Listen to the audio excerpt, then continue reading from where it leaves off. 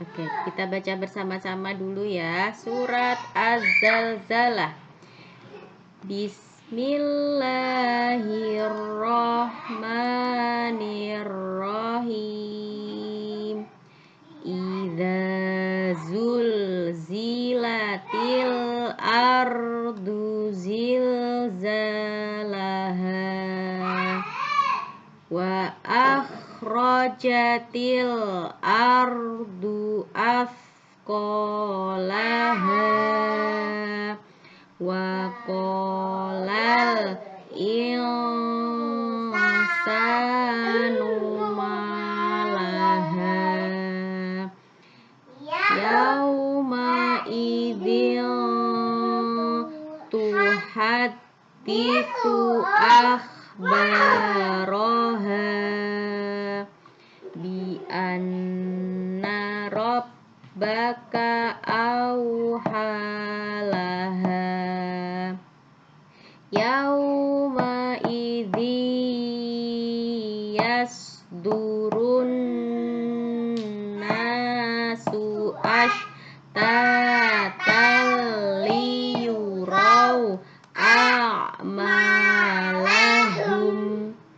faman ya'mal mithqala dzarratin khairan yarah wa may ya'mal mithqala dzarratin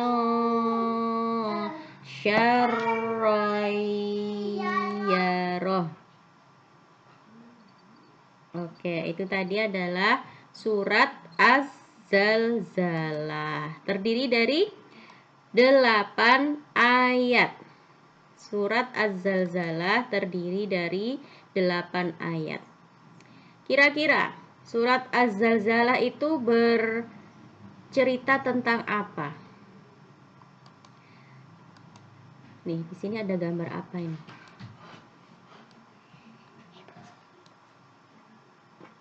Tentang hari kiamat.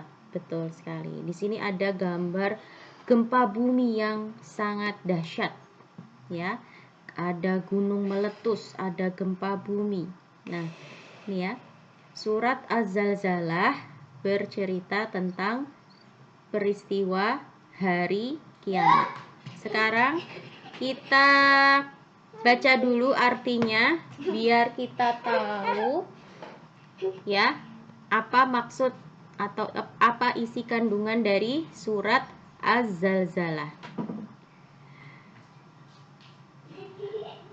Apabila bumi diguncangkan dengan guncangan yang dahsyat dan bumi telah mengeluarkan beban-beban berat yang dikandungnya, dan manusia bertanya, apa yang terjadi pada bumi ini? Pada hari itu bumi menyampaikan beritanya, karena sesungguhnya Tuhanmu telah memerintahkan yang demikian itu padanya. Pada hari itu manusia keluar dari kuburnya dalam keadaan berkelompok-kelompok untuk diperlihatkan kepada mereka balasan semua perbuatannya. Maka barang siapa mengerjakan kebaikan seberat dzarrah, niscaya dia akan melihat balasannya.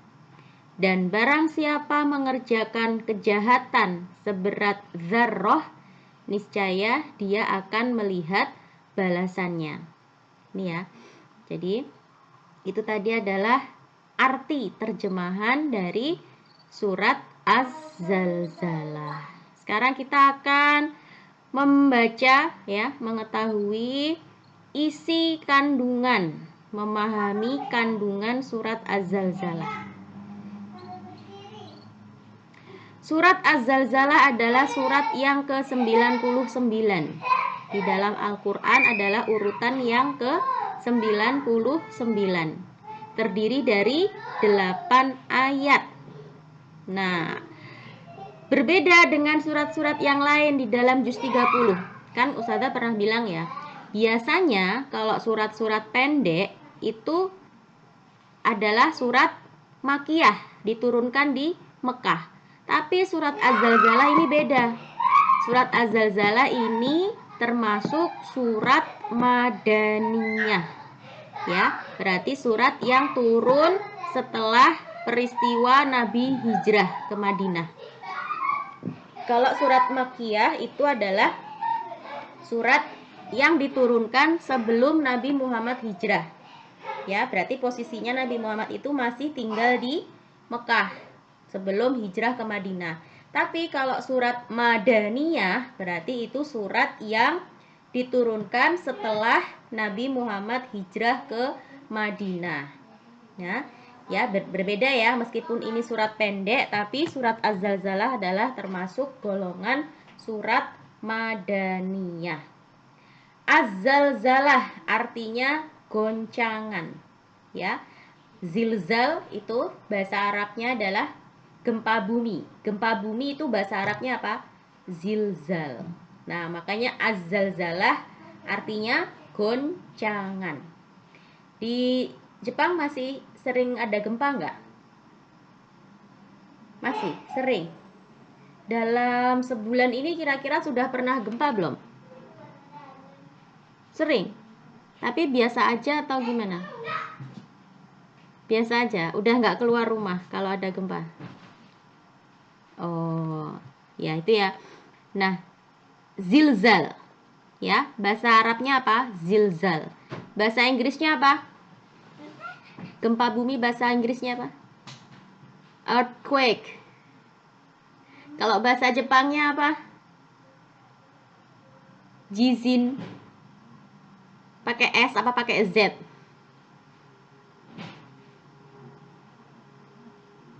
Jisin. Oh, pakai S. Nah, itu dia ya. Goncangan artinya gempa bumi. Nah, hari kiamat. Hari kiamat itu adalah hari kehancuran seluruh dunia. Seluruhnya, nggak ada yang bisa selamat satupun. Ya, mau dia ini orang kaya, ya, mau dia ini orang yang punya kekuasaan, mau dia presiden, mau dia ini konglomerat, ya, punya apa namanya, bisa membangun gedung setinggi langit, mau menyelamatkan diri, ya, gak akan ada yang selamat di hari kiamat ini. Karena apa? Sudah ditakdirkan Allah bahwa pada hari kiamat seluruh makhluk akan mati, ya, sampai malaikat pun juga akan mati, ya, kan malaikat itu kan makhluk Allah. Jadi semua makhluk Allah pada hari kiamat itu akan mati. Nah, hari kiamat ini ditandai dengan ditiupnya sangkakala oleh malaikat Israfil.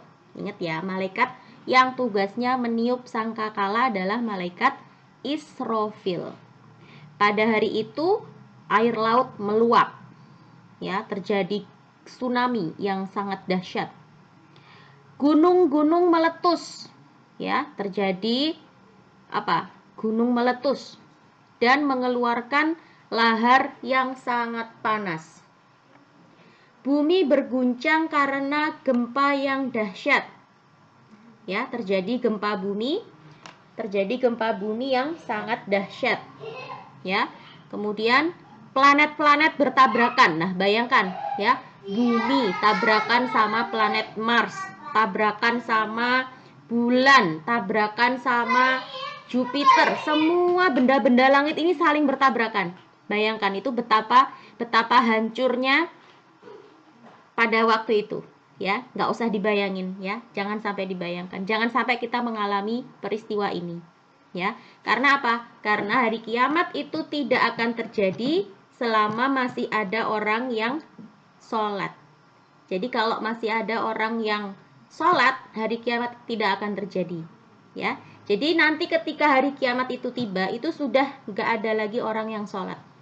Nah, baru pada hari itu, ya, Allah memerintahkan bumi untuk berhenti, hancur. Terjadilah hari kiamat. Ya, jadi apa? Jadi kalau nggak mau cepat-cepat kiamat, kita harus selalu sholat, gitu ya. Karena hari kiamat itu tidak akan datang selama manusia masih mau sholat. Ya, tadi dahsyatnya peristiwa hari kiamat.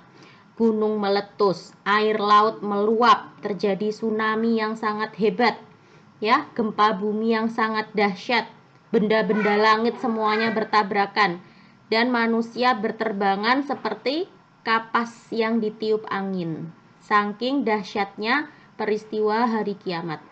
Itulah hari terakhir, di mana semua makhluk mati, ya, tidak ada lagi yang hidup selain Allah. Itulah hari terakhir, hari penghujung. Nah, apa yang terjadi setelah itu? Setelah semuanya hancur, kemudian apa yang terjadi? Manusia akan dibangkitkan lagi. Ya, dah disinilah dimulainya apa? Hari pembalasan. Disinilah dimulainya kehidupan yang sebenarnya, ya, kehidupan yang abadi. Jadi kita hidup di dunia sekarang ini tidak abadi, karena nanti pasti akan mati, ya kan? Nah, tapi ketika sudah terjadi hari kiamat, nah, kemudian manusia dibangkitkan, dihidupkan lagi. Nah, disinilah baru kehidupan ini yang sebenarnya, ya. Kehidupan akhirat ini adalah kehidupan yang sebenarnya, yang abadi. Kehidupan akhirat ini adalah kehidupan yang abadi. Manusia kemudian dikumpulkan di padang mahsyar, ya. Manusia dikumpulkan di padang mahsyar untuk dihisap atau dihitung amal perbuatannya. Nah, perhitungan ini sangat adil, sehingga orang yang melakukan kebaikan sedikit saja pasti mendapatkan balasannya. Sebaliknya, orang yang melakukan kejahatan sedikit saja juga mendapatkan balasannya. Oleh karena itu, ya, mumpung kita masih hidup, sekarang kita melakukan kebaikan, ya. Kita tabung kebaikan sebanyak-banyaknya. Kita berbuat baik sebanyak-banyaknya supaya apa? Supaya nanti kita bisa selamat ketika di padang mahsyar. Ya. Nah, sekarang rangkuman. Surat Az-Zalzalah, ya, terdiri dari 8 ayat dan diturunkan di Madinah setelah surat An-Nisa. Nah, jadi urutannya itu surat Az-Zalzalah turun setelah surat An-Nisa, surat yang panjang itu. Makanya Az-Zalzalah termasuk golongan surat Madinah karena diturunkan setelah Nabi hijrah ke Madinah. Ya. Kemudian kenapa dinamakan surat Az-Zalzalah?